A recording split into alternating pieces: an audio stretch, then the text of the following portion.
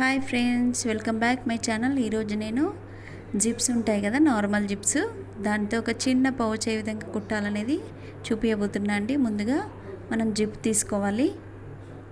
దానికి ఒక 2.5 3 ఇంచెస్లో ఒక మార్క్ చేసుకొని వెనక్కి బక్కలు మాత్రం పైనకి ఉండాలి. ఈ విధంగా వెనక్కి ఫోల్డ్ చేసుకోవాలి. మనం మార్కింగ్ చేసి నుండి వెనక్కి ఫోల్డ్ చేసుకోవాలి. ఫోల్డ్ చేసుకొని దానిపైన స్టిచ్ చేసుకోవాలి. అదేవిధంగా ఫోల్డ్ చేసుకున్న జిప్ ఉంది కదా, అది రౌండ్గా రెండో జిప్ నుండి రౌండ్గా అటాచ్ చేసుకుంటూ కుట్టాలి.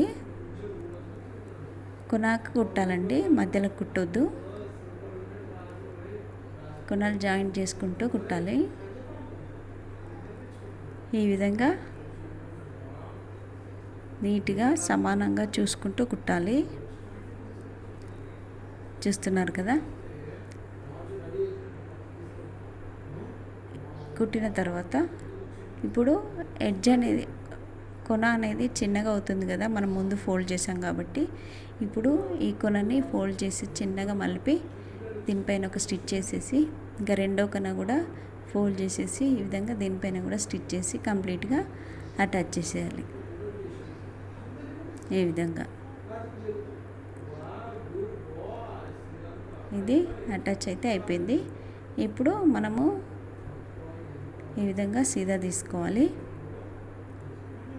తీసుకొని జిప్ని లాగేయడమే, అయిపోయింది. ఎంతో చిన్నగా అందంగా ఉండే జిప్, ఒక చిన్న జిప్తో అయితే ఒక చిన్న పౌచ్ని అయితే రెడీ చేసుకున్నాము.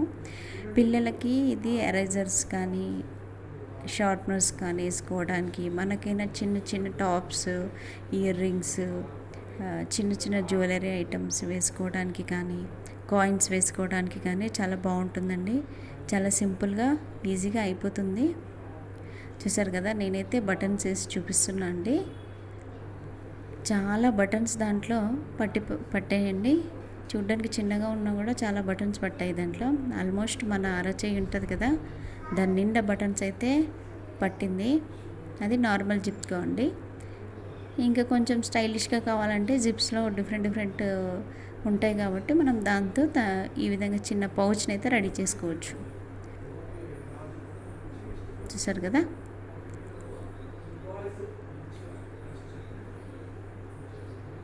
ఈ విధంగా మనము ఒక జిప్తో అయితే చిన్న పౌచ్ని రెడీ చేసుకోవచ్చు.